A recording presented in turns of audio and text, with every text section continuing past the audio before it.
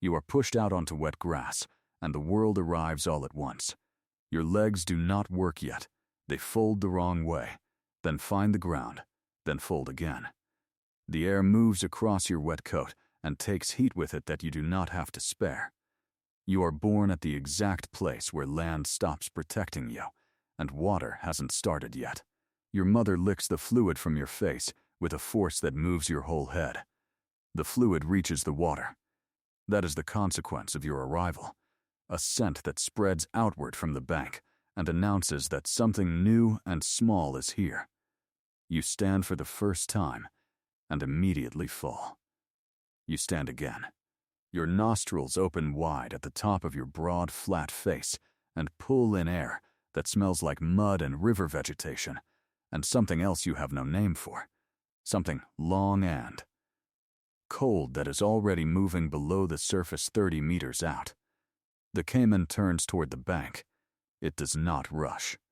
It moves through the shallows the way current moves, without announcing itself, without separating the water. Your mother stops moving. The other adults stop moving. Every large body around you lowers and goes still. You do not know to go still. You take 2 more steps toward the water. One of the large bodies presses against your side and stops you without looking at you. The caiman holds position for 40 seconds. Then it turns and moves back toward the deep channel. The birds in the trees above the bank resume calling. The large bodies around you begin to breathe normally again. Something about the air changes, the weight in it shifts, and you press your face into your mother's flank and find milk. The world does not register your survival. It was already somewhere else. You are 4 days old, and your legs now carry you without folding. That improvement costs you nothing. What costs you is the grass. It is tall enough to lose yourself in, and twice in your first week you separate from your mother by 30 body lengths before a sound she makes. Pulls you back. Your eyes sit wide on the sides of your head, and your field of vision is enormous. But what you are looking for you cannot yet identify. Everything is threat-shaped. A falling leaf triggers the same response as a low shadow. Your body cannot tell the difference yet, and until it can, it will keep spending energy on leaves. The group moves you inland from the bank on the 3rd morning, following a smell in the grass that the adults understand and you don't.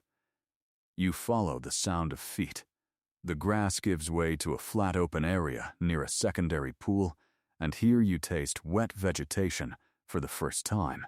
You bite a stem, chew, swallow, and your body accepts it. Without drama. Eating solid food is less of a transition than you expected.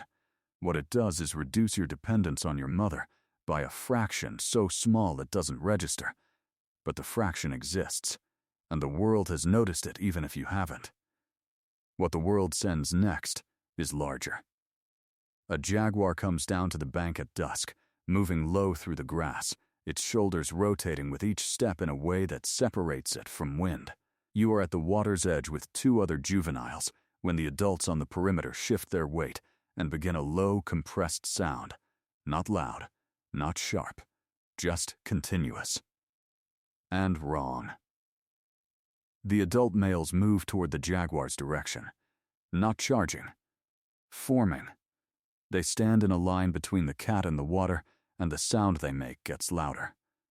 You are pushed from behind by a body you don't see. Your feet find water. You go in up to your chest and stand there with your nostrils and eyes and ears above the surface, reading the bank in 3 directions at once. The jaguar waits for 11 minutes.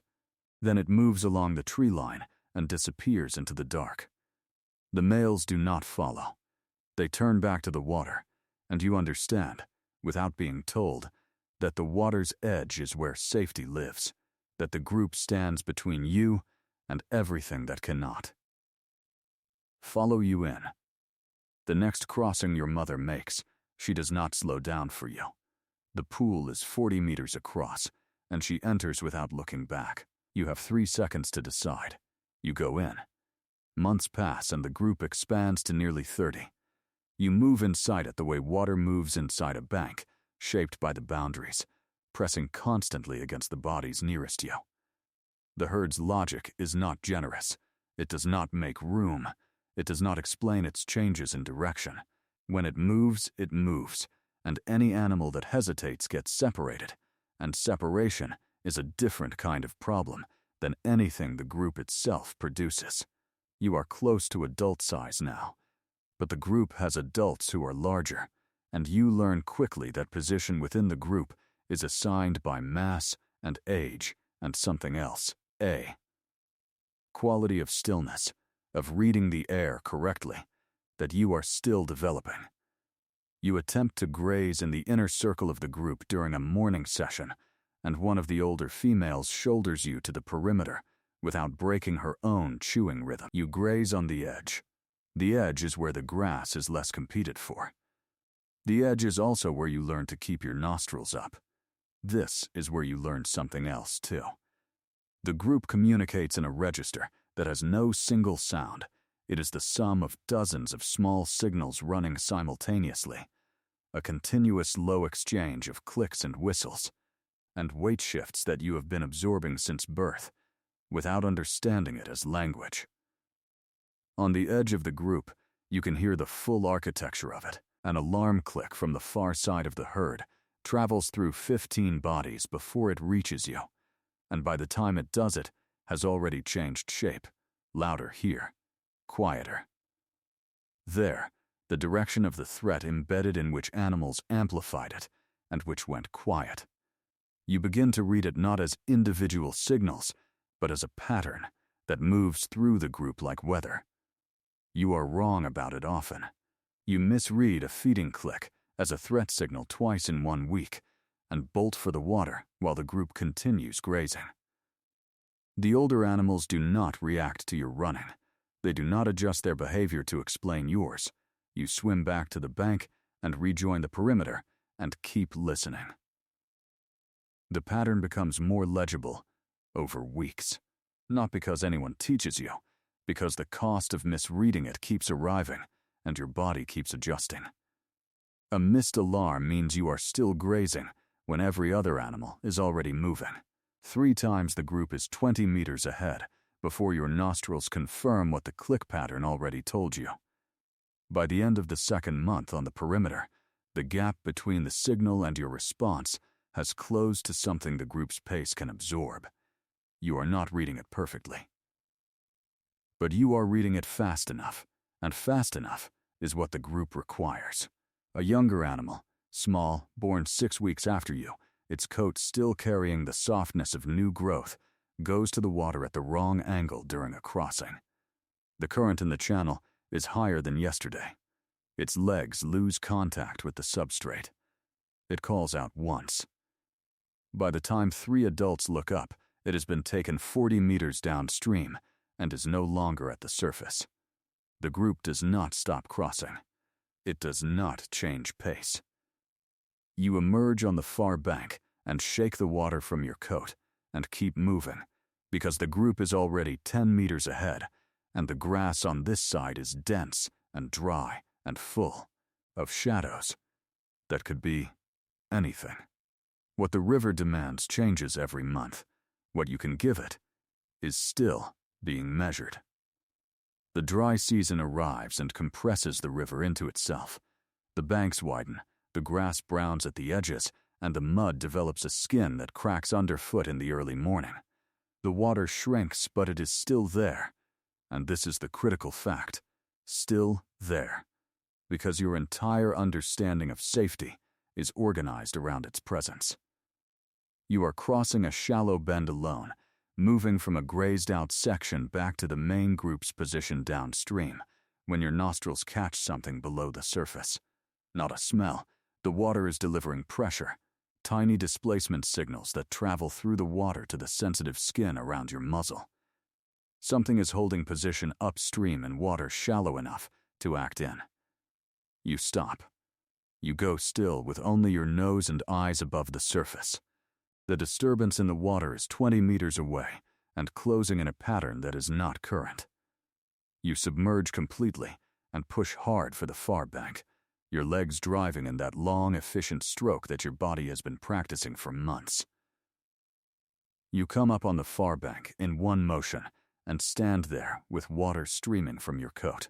Behind you, the surface of the river breaks in the spot you were just occupying. The caiman holds its position in the shallows for a moment, then sinks back. You read the air with your nostrils, find the group's scent downstream, and move toward it through the dry grass without pausing. What your body did just then, the reading, the timing, the commitment, it did alone. No one was watching. No one pushed you in the right direction. The skill is yours now, and it works. It is 2 days later when the anaconda takes the older female at the crossing. There is no warning signal. Anacondas produce none. She goes down from the surface in a single motion, water folding over her in a way that has no precedent in the physical vocabulary of rivers. You are 5 meters away. The group erupts from the water in every direction, and you are already running before you have registered what you are running from, your legs hitting the far bank, your nostrils. Reading. Nothing useful. You find a tree line and press yourself into it and watch the surface until it settles. The group reassembles downstream over the next 20 minutes. You join it. No one marks the position where she went down. The river continues. The dry season has another 2 months in it. The water keeps pulling back. You are 3 years old, and the group is intact, and the river is high with wet season rains that have returned the banks to their proper width. You move through this world with a completeness that has no drama in it. It is simply what you have become. Your nostrils work the air from 100 meters out and deliver information that you act on without deliberating. Your body knows the difference between caiman displacement and current displacement. It knows the difference between a jaguar's low approach and a peccary moving through brush. You know which bank to graze and when, which crossing points avoid the deep channels where caimans run large, which hours the water is safest. Your group is 32 animals, and you hold a central position in it now, not the deepest interior, but reliably away from the edge, which is the geometry of an animal that has earned something. You cross the river in the morning, with the group spread across 40 meters of surface, 32 noses at the waterline, 32 pairs of eyes reading the banks. Your nose is the highest point above the surface. Your ears rotate independently. The water is at your chest, and everything below it belongs to your body's knowledge, and everything above it belongs to your nostrils, and the picture they assemble is complete. Then one afternoon, from the tree line on the northern bank, a sound comes and stays in one place. You lift your nostrils toward it. You lower them. The juveniles at the center of the group are grazing. You graze. The dry season that follows is different in a way your body measures before your behavior responds to it. The river drops faster than previous years.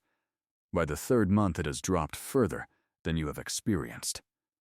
The main channel narrows to a series of disconnected pools, brown and warm, and the banks between them are wide and cracked and offer no cover. The group fractures, not by choice, but by the logic of shrinking resources, splitting toward the 3 remaining pools and then splitting again as those pools reduce further. You are separated from the main body of the group by 200 meters of dry riverbed when the jaguar finds you. It is midday. The sun has removed every shadow the landscape owns. Your nostrils read the air and find the cat's scent at 60 meters, and you turn toward the nearest pool, 40 meters to your left, and run. The pool is not a pool anymore. It is a depression of cracked mud with a skin of water across it 2 centimeters deep. You stop at its edge. Your nostrils go up. They read the air. They find the jaguar at 30 meters and closing through the dry grass, and they read the cracked mud at your feet, and they read the horizon in every direction. And all of this. Information arrives in full, and none of it produces an exit. Your nostrils work. The information is accurate. There is simply nothing the information can do. The jaguar covers the last 30 meters in a duration too short to be measured by anything you have. You lived 3 years and navigated a river system that killed animals larger and more experienced than you. Drought reduced the water to nothing and left you in the open with no learned response for open ground. The wet season returned 6 weeks later, and the river filled, and the group that remained moved back to the central bank and grazed in the morning as they always had. Life as a capybara might be manageable, but there's another animal out there that has it genuinely, spectacularly worse. Trust me, it's wild.